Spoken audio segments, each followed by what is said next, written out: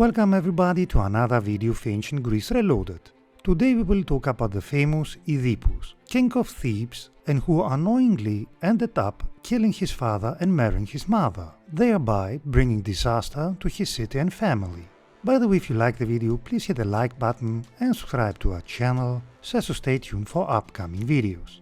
Overall, Oedipus was a king in Greek mythology, ruling over the city of Thebes. He was the son of King Laius and Queen Jocasta. Not knowing, he married his mother and had 4 children with her: Polynices, Eteocles, Antigone and Ismene.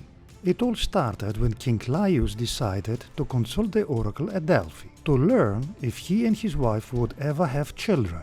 Initially, Jocasta did not give birth to an heir for her husband, the reason being that Laius was told of a prophecy which said that the son of Laius would kill his own father. Alternatively, the oracle told Laius that Thebes would only be saved if the king did not have a son. For a while, Laius abstained from making love to his wife, but under the influence of wine, this policy of abstention waned, and Laius would sleep with Jocasta. Inevitably, Jocasta became pregnant and gave birth to a baby boy. Fearing the words of the prophecy, Laius decided to expose his newborn son. After piercing the ankles of the boy with spikes, he gave the boy to one of his herdsmen and ordered that the boy should be left upon Mount Cithaeron. As it usually was the case in Greek mythology, the baby did not die, but was either given to or was found by a herdsman employed by King Polybus of Corinth, who took the boy back to his master. Polybus and his wife Periboea were childless.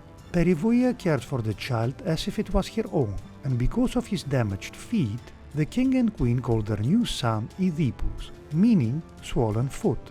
Oedipus would grow up as a prince of Corinth, but when rumors placed doubt in his mind about Polybus and Periboea being his parents, Oedipus sought the counsel of the oracle of Delphi to learn the truth.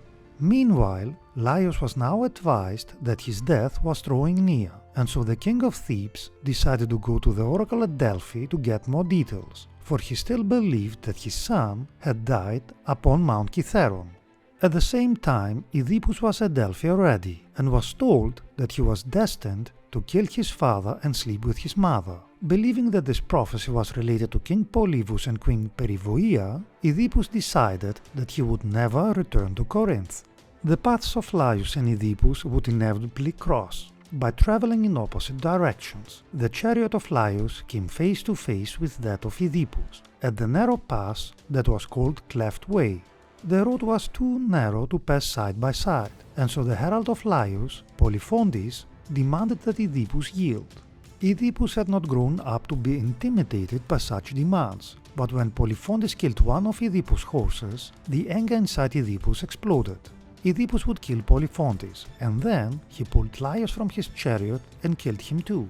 Oedipus traveled onwards, not knowing who he had killed, while Laius died but not knowing who had killed him. But prophecies were coming to pass, for Laius had indeed died at the hands of his own son, and Jocasta became a widow, fulfilling the first part of the prophecy. Later he met a monster called Sphinx, who plagued the region of Thebes, destroying crops and killing travelers who did not answer its questions. The Sphinx asked Oedipus the same question it asked the rest: what walks on 4 feet in the morning, 2 in the afternoon and 3 at night? No one had ever answered the question correctly before, and the Sphinx had killed and eaten all of them. Oedipus thought carefully and eventually gave the correct answer: man, who crawls on all 4 as a baby. He walks on 2 legs as an adult and eats a walking stick when old.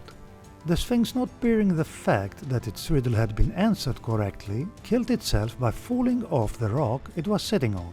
When Oedipus reached Thebes, he was accepted with honors by Creon, Jocasta's brother and his uncle, who served as a temporary king after Laius' death.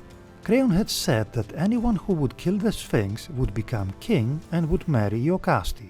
Thus, the second part of the prophecy was fulfilled, and Oedipus rose to the throne of Thebes, marrying his mother. Obviously, at that point, nobody knew nor realized that Jocasta and Oedipus were actually mother and son. Oedipus and Jocasta had 4 children: Eteocles, Polynices, Antigone and Ismene. Years later, pestilence was brought upon the city of Thebes, so Oedipus sent Creon to the oracle at Delphi to get a consultation. Creon learned that it all happened because the killer of Laius had not been taken to justice. Oedipus cursed the killer of Laius and asked the prophet Tiresias to find out who the killer was. Tiresias was forced to say that it was Oedipus who killed the former king, and that he also did not know who his true parents were. Oedipus and Creon went into a heated argument, and Jocasta intervened and recounted the story of her son and how he had supposedly died. At that moment, a messenger from Corinth entered the court and informed everyone that Polybus had died.